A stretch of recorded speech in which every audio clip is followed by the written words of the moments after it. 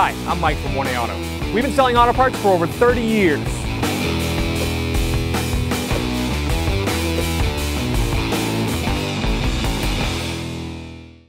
When raising and jacking this vehicle, you're not going to want to use a jack or jack stands on here on the control arms or on this aluminum because you may break the aluminum or there.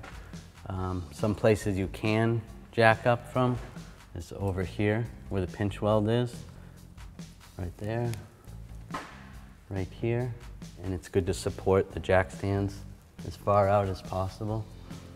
You can put jack stands right here, although you will crush some of the aluminum. Some other areas back here and back here are good jack stand locations and jacking points. You do not want to jack up under the gas tank. And here are not good jack locations or locations to put jack stands because they could slip off.